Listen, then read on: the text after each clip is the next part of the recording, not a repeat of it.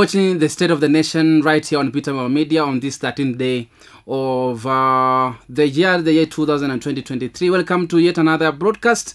And a day that we saw a lot of drama in Parliament as they approve the NIS nominee, that is Nordin Aj, the former DPP.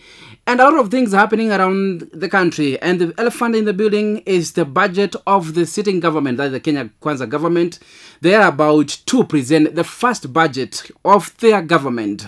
And there's a lot of questions. And the bone of contention here is the Finance Bill 2023, the bill that is seeking to absorb a lot of funds into the government from various proposals. And joining me in the broadcast today is Vincent Wabwire, a member of Africa Youth Leaders Forum and also a certified accountant, and is a consultant and also a person of very high standing, a politician of great standing. Welcome to the broadcast. Thank you so much. It's my first time to host you here, and members have been asking, we need to hear from Vincent Wabwire. I wonder what you have given to them and how much do these people love you really, because they have really asked. We need to see Vincent in the broadcast.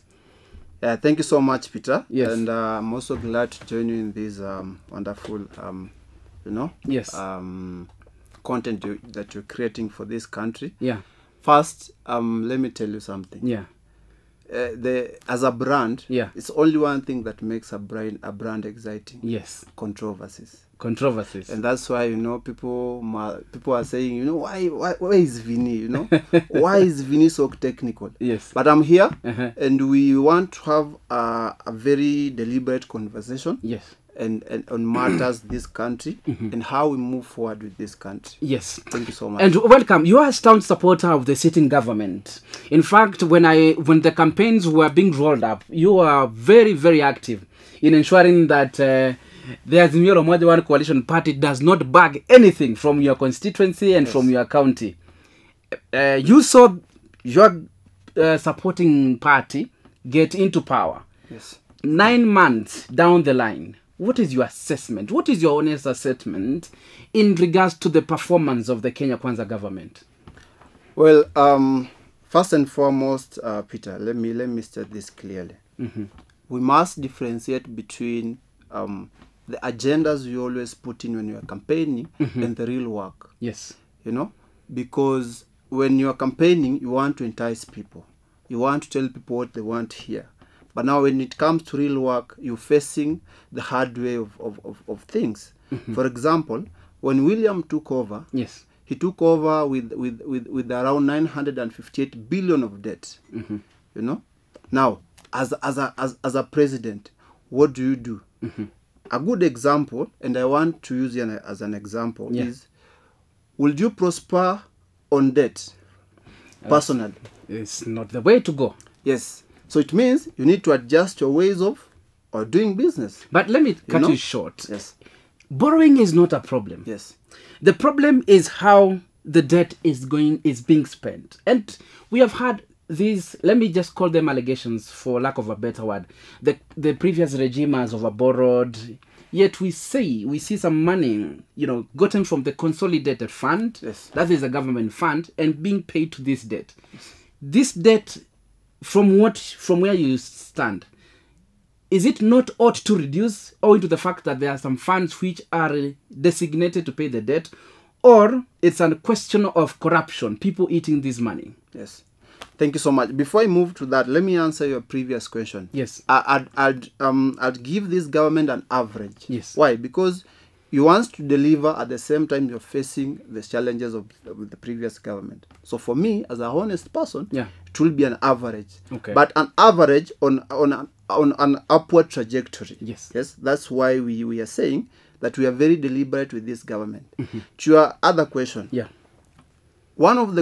one of the concerns of us as young people is we don't have a clear picture of how this money is being spent, how the debt is being paid, and the whole conversation. No one is really to speak about it. Let them tell us this is what we are having, and this is how we are paying, and we are paying for this and this and this. And that's why we are very skeptical on the whole issue of tax. Why? Because, as you put it, either way it can be corruption. Two, the government is overspending on unnecessary issues. Three, we might be servicing the debt. So we must strike a balance. And that's why, and as young people, and me as Vincent, we are not supporting this government blindly. Of course, we voted for it and we campaigned for it. But we are saying that we are going in as young people who are deliberate, who are conscious, you know, so that we support equally and we, you know, we don't support it equally. Okay. Yes. Do I hear you to be saying that you as being a very staunch supporter of the president Yes. and the members of the Kenya Kwanza regime, you have trust issues in some of the members because you have clearly said that you won't support the government blindly, and we have seen some allegations of the members of the Kenya Kwanza government as corrupt officials, Yes. yet they are occupying offices in the public service. Do I hear you to be saying that we have to separate wheat from chaff in the sitting government? Of course, and let me tell you, my friend Peter, Yes. that is a genuine question and a genuine conversation we must have, Yes. whether we like it or not.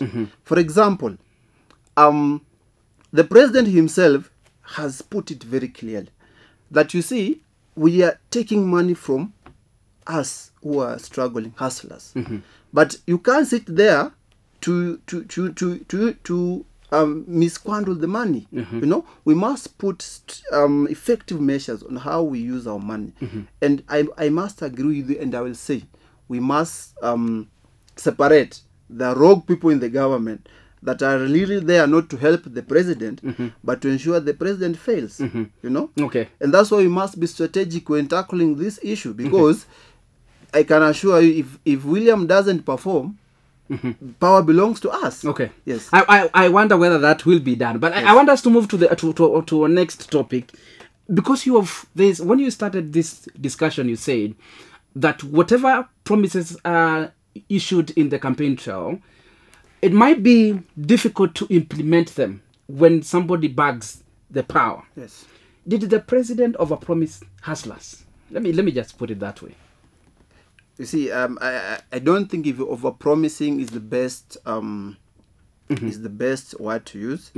I think the president had a very good agenda in the so-called the plan. You know, the president also knew what was happening in the previous government. So I would say, as the citizens, we were overblind.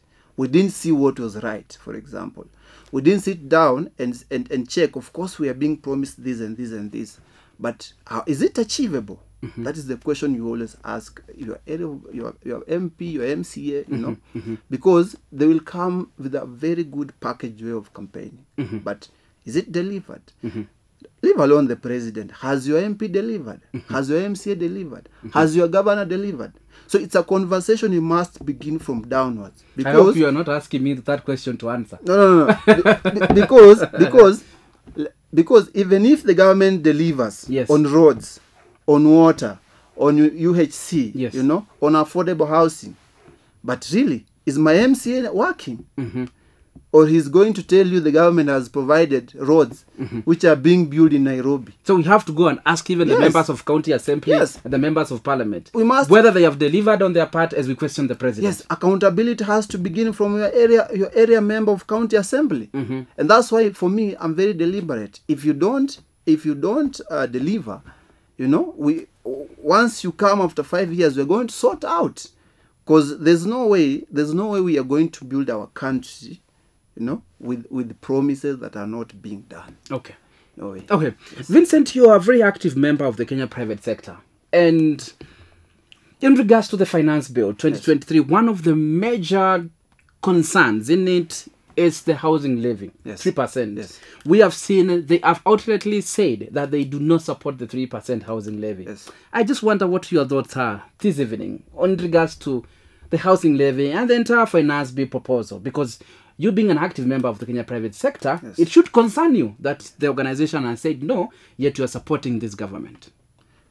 Well, one, it concerns me, the whole finance bill, number one.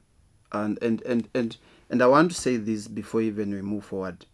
We had public participation. Yes. But the public participation was brought in the wrong time. Why? I can't call a team to deliberate on what has been decided.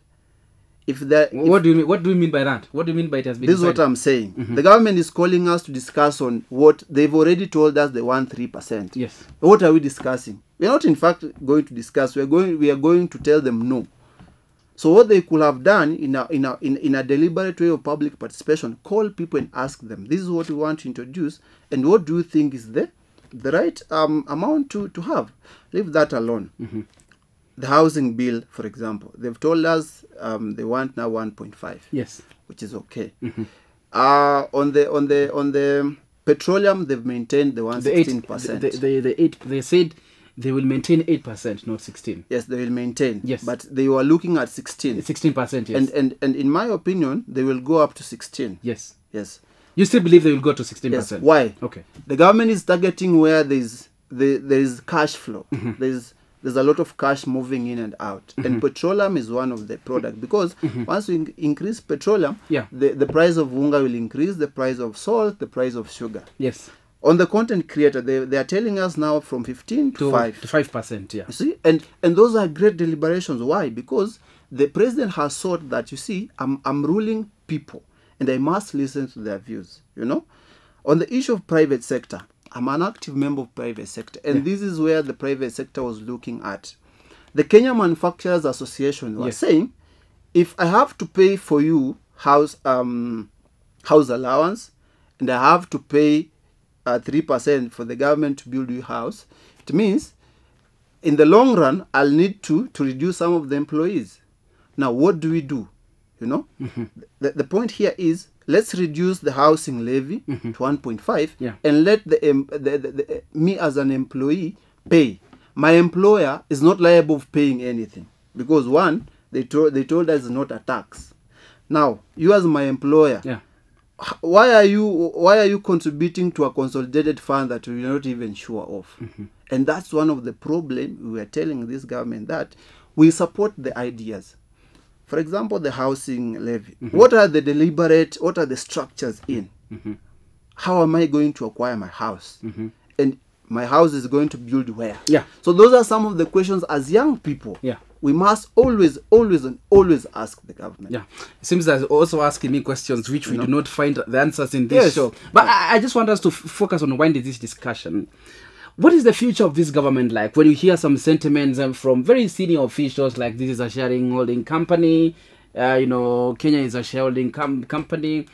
Is some members saying that we can spend the rest of our days in court if we, remove somebody from the picture, and a lot of appointments which are not constitutional. We have a lot of CSs which are in government, yet there's a court order to stop them. What is the future of this government like?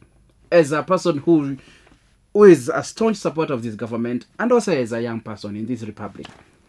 Thank you so much. One, I want to say this, that as a country, our trajectories of economic empowerment are not well off. We must agree. But we are seeing a situation whereby we are having an upward look of it. The future of this government, you can really predict it. Why? Because number one, the Prime Cabinet Secretary, the President, and his entire team, they're very deliberate, and they've come out clear and they've said, whatever we are collecting, we must put stringent measures on corruption. You avoided Deputy President. You never mentioned the Deputy President. Our Deputy President, of course, the President and the Prime Cabinet Secretary. You see, our Deputy President has his focus on other things. Yes. Because what do you mean by that? Our Deputy President, he's telling us he has to focus on the illicit brews on Mount Kenya. Okay. He doesn't want anything. Okay. So for him, he is not well pictured in the whole conversation. Okay. But he's a very strong supporter of the same. Yes. Number two is, and this is how an economic situation that is on recess should work. Number one, let's cut expenditure. Let's cut our capital and social expenditure. Let's reduce the comfortability of the government. as a way of saving money. Number two, we must also reduce expenditure on leisure traveling and high welcoming high dignitaries. Yes. That's not our priority. Let our priority be the plan, you know, and that's why we are telling the president, cut off the budget, you know. And this conversation comes into the awarding of the CAS, 50 of them. Yeah. For me, in my opinion, they were very unnecessary. I mean, having 50 to what purpose? Okay. I can name you one of the persons I've not heard from him. For example, Obado is one of the CAS. Yes. I've not heard of him. Yes. You know, The which is former governor. unnecessary. Yes. Yes. Okay. I mean, that is very unnecessary. We don't need those people. Okay. We probably just could have a number of 35 or 22, which is workable. You know. So one, and this has to be a deliberate measure. We need to cut the expenses of the government. We need to cut the expenses of the government. Vincent Wabure, thank you for your time. And thank you so for making time to be on this broadcast. We hope that this message will reach the relevant authorities. Thank you so much. Vincent Wabure is United Democratic Alliance youth leader and also a member of the Kenya private sector, accountant by profession. Thank you so much for our viewers who have made this broadcast possible. Thank you for supporting Peter Mama Media. Make sure you subscribe so that you'll be notified on the latest video that I post in regards to the state of the nation. Vincent put it clear that the government is on the right trajectory, but a lot has to be done in regards to the spending of the government. We leave that to the executive to decide which way Kenya. Thank you so much for my directors, Brian Jenga, Malon Mutunji, and my director as well, the Leptua Deborah Septi. Manchester City won the treble. They are happy in the streets, but we wonder whether the celebration was worth it. Thank you so much. My name is Vita Mwema.